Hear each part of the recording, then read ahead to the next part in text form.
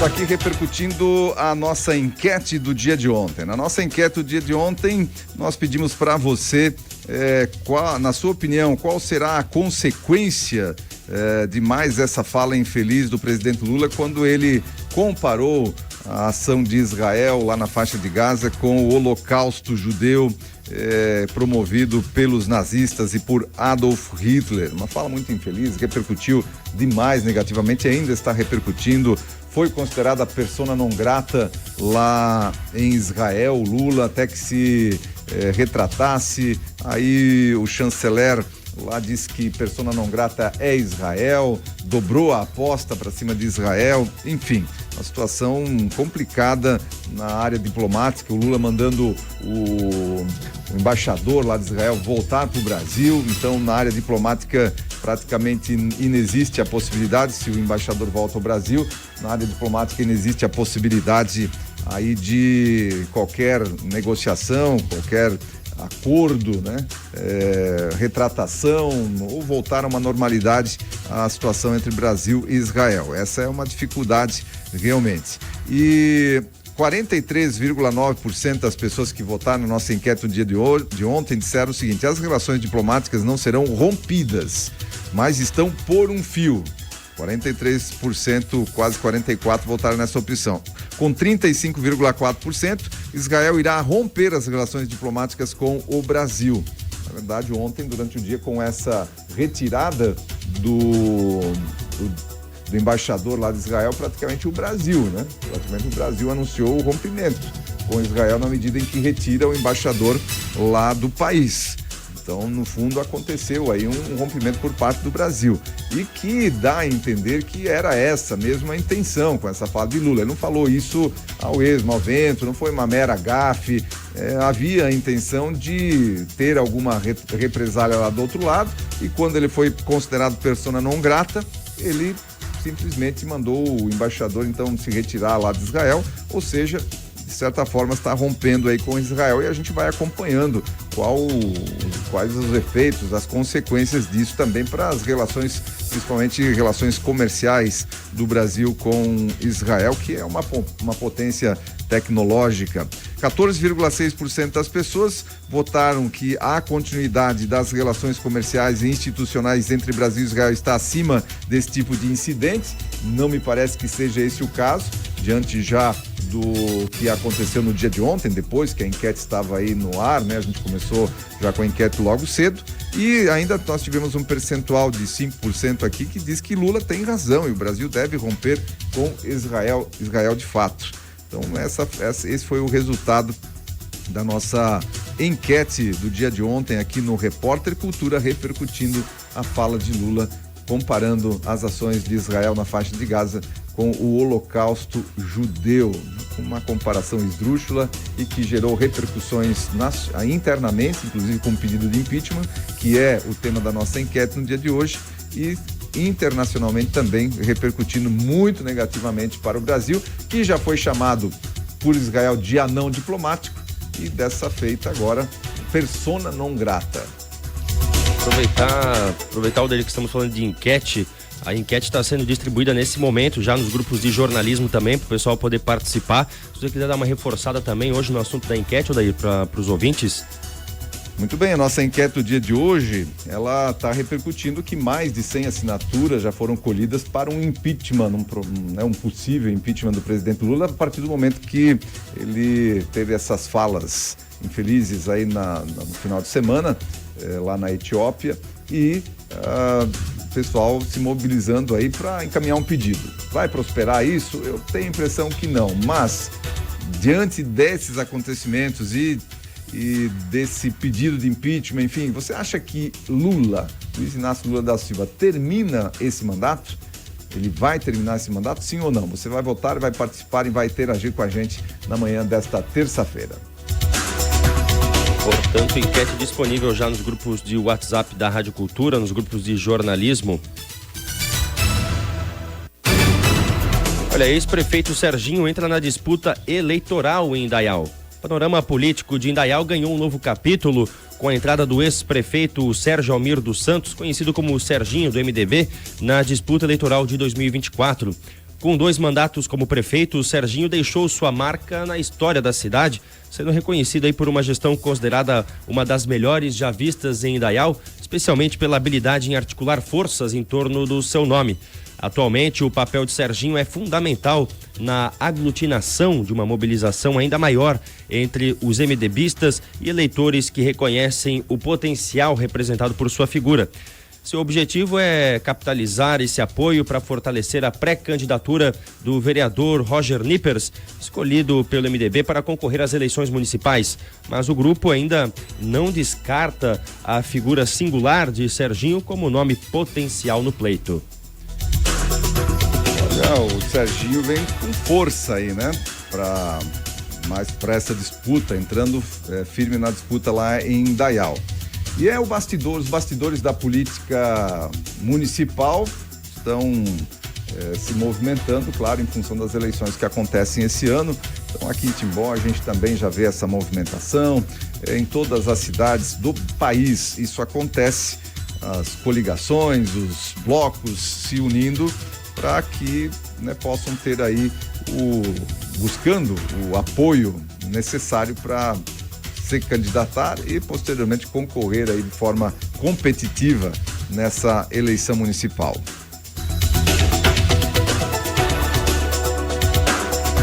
O DENIT alerta para interdição total da BR-470 em Blumenau no dia de hoje. O Departamento Nacional de Infraestrutura de Transportes, o DENIT, informa que está programada uma interdição total no quilômetro 58 em Blumenau, na BR-470, hoje, dia 20, das 15 às 16 horas. O bloqueio em ambos os sentidos é necessário para possibilitar o avanço das obras de duplicação na rodovia no lote 4. Os motoristas que transitarem pela região devem estar atentos à sinalização e seguir as orientações das equipes do DENIT. Vale ressaltar que, em caso de chuva, a operação pode ser adiada, mas 1 hora de rodovia parada. Então você imagina que será da BR-470 1 hora parada nos 2 sentidos, das 15 às 16. Então quem vai pegar a BR depois das 16 horas já se prepara para o caos. Mas obviamente esse caos tem um motivo, a duplicação, são as obras que estão acontecendo, quando acontece dessa forma, enfim, é ruim,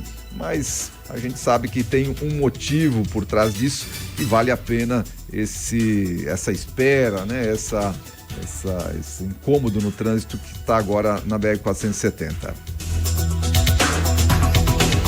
Então, se piorar para melhorar, esperamos que melhore realmente.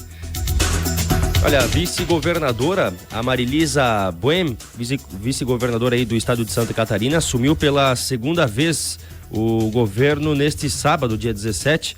Ela substitui interinamente o governador Jorginho Melo até o próximo dia 24, já que o chefe do estado viaja em missão oficial para Dubai, nos Emirados Árabes, em busca de parcerias e investimentos para Santa Catarina. Aqui eu abro aspas para o governador: vamos mostrar os potenciais de Santa Catarina. Queremos exportar nossos produtos, importar o que for de interesse do nosso empresariado e fazer daqui um estado cada vez melhor e mais competitivo. Eu não tenho dúvida de que eles vão se encantar com tudo que vamos mostrar. Isso é o que destacou o governador Jorginho Melo. A chegada da comitiva em Dubai foi no domingo ainda, no dia 18. Muito bem, A vice-governadora assumindo mais uma vez aí o comando do estado, Jorginho Melo em missão internacional lá nos Emirados Árabes. E ele até voltando, a gente já comentou isso ontem aqui no nosso giro de notícias. O Jorginho Melo tinha a perspectiva de voltar no dia 25 apenas, no final da tarde, para o Brasil.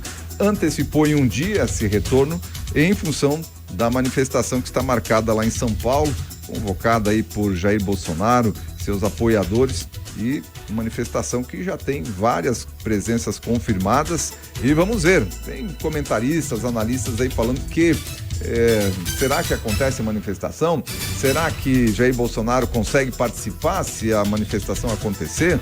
Será que não vai acontecer na véspera alguma operação aí da Polícia Federal, diante desses que já confirmaram uma participação aí na manifestação do dia 25, ou no dia 26, logo cedinho, não vai acontecer mais uma operação aí da Polícia Federal?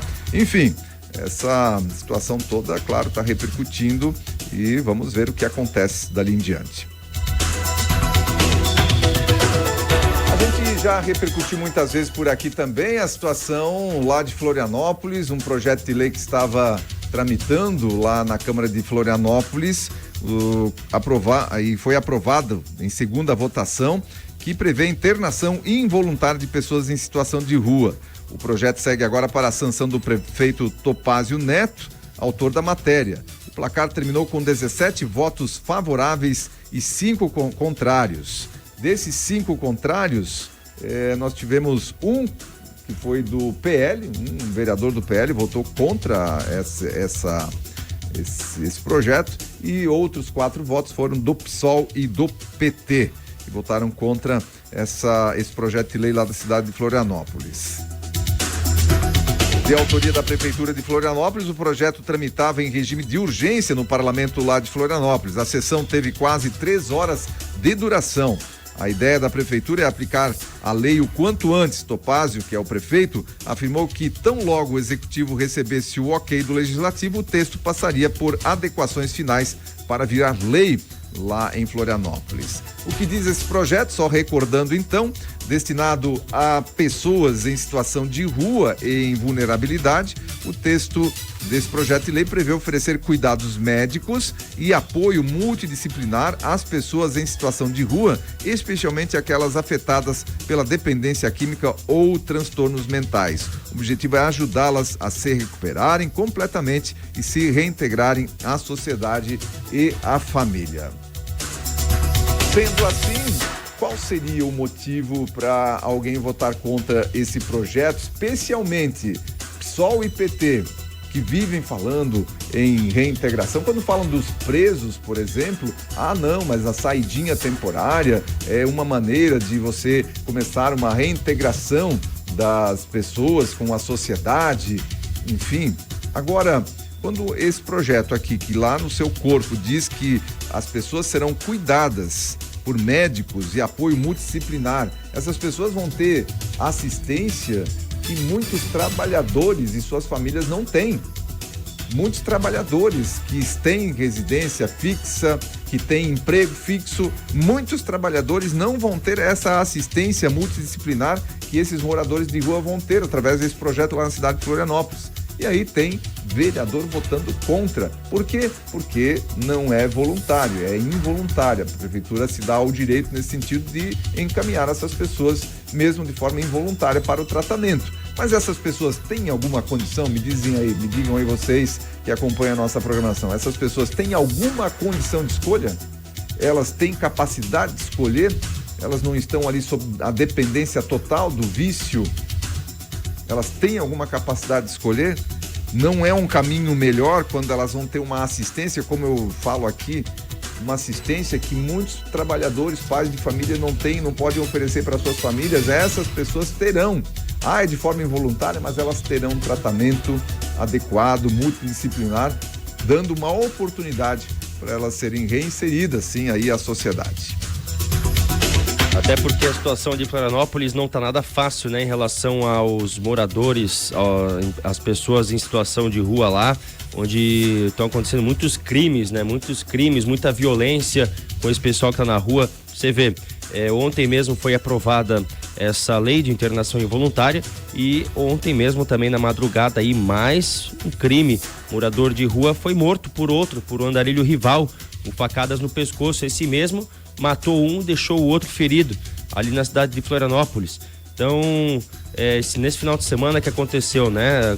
No sábado, morador de rua foi morto por outro rival e na madrugada de segunda-feira, então, portanto, agora, né, recentemente, outro morador de rua também foi vítima de ataques aí por um outro homem em situação de rua, na mesma situação, que se dizem ser rivais aí. Então, é violência, né? Pessoal que tá nas ruas aí, dependente de drogas. Então, a situação também não está nada fácil lá em Florianópolis e a Câmara de Florianópolis, então, aprovando a internação involuntária de pessoas em situação de rua devido a esses extremos vividos ali na capital também.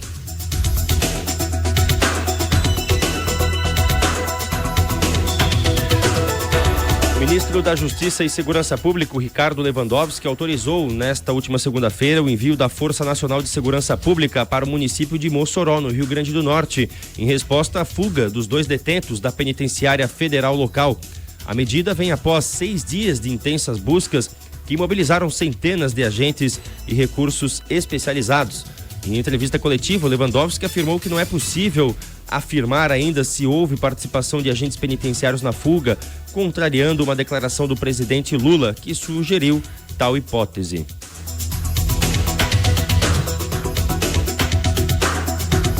Pois é, será que já está se criando aí alguma divergência entre o Lewandowski e o Lula? Porque o Lula, a primeira questão que ele levantou foi de participação de alguém de dentro. E eu acho que nesse caso eu até acho que o Lula tem razão, porque é impossível acontecer o que aconteceu lá sem ter o favorecimento de alguém de dentro do presídio para que essa fuga pudesse acontecer. É um presídio federal que tem uma série de camadas de segurança e ainda assim 2 fugitivos lá acabaram fugindo, e o Lewandowski falando que foi porque era carnaval e os funcionários lá do presídio estavam meio relaxados em função da festa de carnaval e tinha ferramentas espalhadas pelo complexo em função de uma reforma que acontecia por lá. Enfim, desculpas meio esfarrapadas, né, para essa situação, e ele dizendo que não é possível afirmar que houve participação de agentes penitenciários nessa fuga, tem que avaliar, tem que investigar. E ainda continua essa situação aí repercutindo, claro, na mídia nacional, na questão da segurança pública, a fuga dos detentos do Presídio Federal de Mossoró. E se Lula, quando abre a boca, como fez no final de semana, gera um problemão para o país, como gerou ao comparar a ação de Israel na faixa de Gaza com o genocídio que foi ocasionado pelos nazistas contra os judeus? Imagina a Janja falando. A Janja defende fala de Lula sobre Israel. Se referiu ao governo genocida, não ao povo judeu. Se é que ela queria fazer alguma coisa, ela piorou ainda mais a situação em relação a crise institucional já instalada com o governo de Israel, porque aí ela foi muito clara, dizendo que é o governo genocida de Israel. A Rosângela Lula da Silva, a Janja, utilizou suas redes sociais, está ali a publicação dela para você ver, ontem, segunda-feira, para defender a última declaração feita pelo presidente da República, quando comparou a ofensiva israelense na faixa de Gaza com o Holocausto, nome dado ao genocídio de judeus cometido pelos nazistas durante a Segunda Guerra Mundial, que resultou na morte de 6 milhões de pessoas. Inclusive, o termo genocídio começou a se utilizar esse termo depois desse massacre que aconteceu dos judeus pelos nazistas de Hitler. A fala se referiu ao governo genocida e não ao povo judeu. Sejamos honestos nas análises, explicou Janja em publicação no X. Orgulho do meu marido, que desde o início desse conflito na faixa de Gaza tem defendido a paz e principalmente o direito à vida de mulheres e crianças, que são a maioria das vítimas. Tenho certeza que se o presidente Lula tivesse vivenciado o período da Segunda Guerra, ele teria da mesma forma defendido o direito à vida dos judeus, completou Janja da Silva.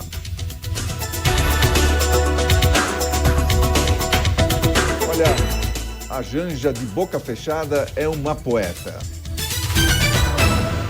E aí também está ignorando a história já, né? Porque o Lula, isso lá na década de 70, se não me engano, enfim, ou foi ali um pouquinho após, mas deu uma entrevista para a revista Playboy na época ainda, dizendo que admirava o Hitler. É isso mesmo, admirava o Hitler e também o Mahatma Gandhi. Segundo aqui o Lula, ele dizia na entrevista, isso aí você pode pesquisar aí na internet, você pode ir atrás dessas falas de Lula, que hoje você encontra isso com uma facilidade tremenda, né?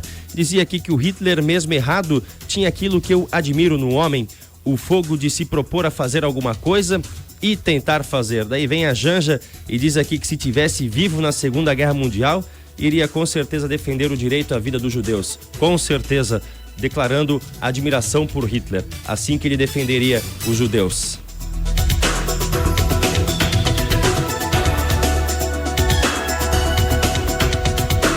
Olha, subiu para 96 o número de deputados federais que assinaram, foi mais que 96 já, né, Aldair? Já está em 106. 106 já o número de deputados federais que assinaram um pedido de impeachment aí do presidente Luiz Inácio Lula da Silva, em decorrência, claro, da sua declaração comparando a ação de Israel na faixa de Gaza ao Holocausto. O pedido é liderado pela deputada Carla Zambelli, do PL de São Paulo.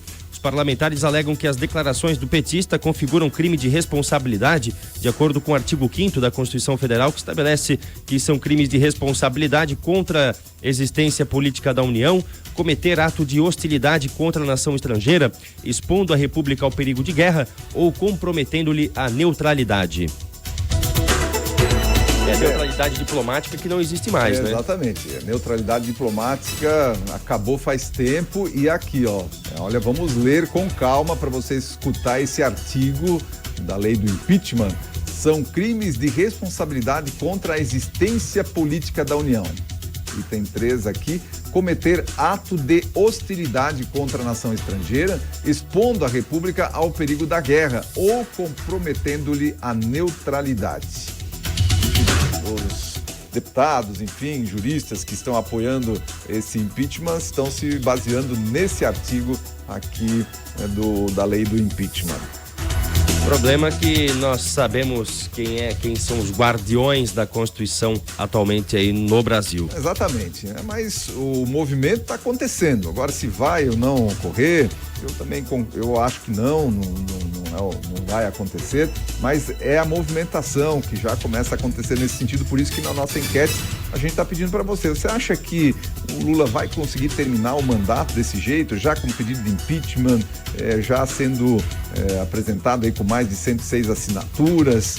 E aí, termina ou não termina o mandato o Luiz Inácio Lula da Silva? Você vota, você participa da nossa enquete. E só para fechar o nosso giro de informações, o Lula, com isso tudo, com toda essa repercussão, ele conseguiu uma coisa inédita, né? Ele conseguiu não andar nas ruas em 2 países, né? Ele já é persona não grata agora lá em Israel, não pode andar pelas ruas de Israel, e tem um outro país que ele não pode andar nas ruas também, Brasil.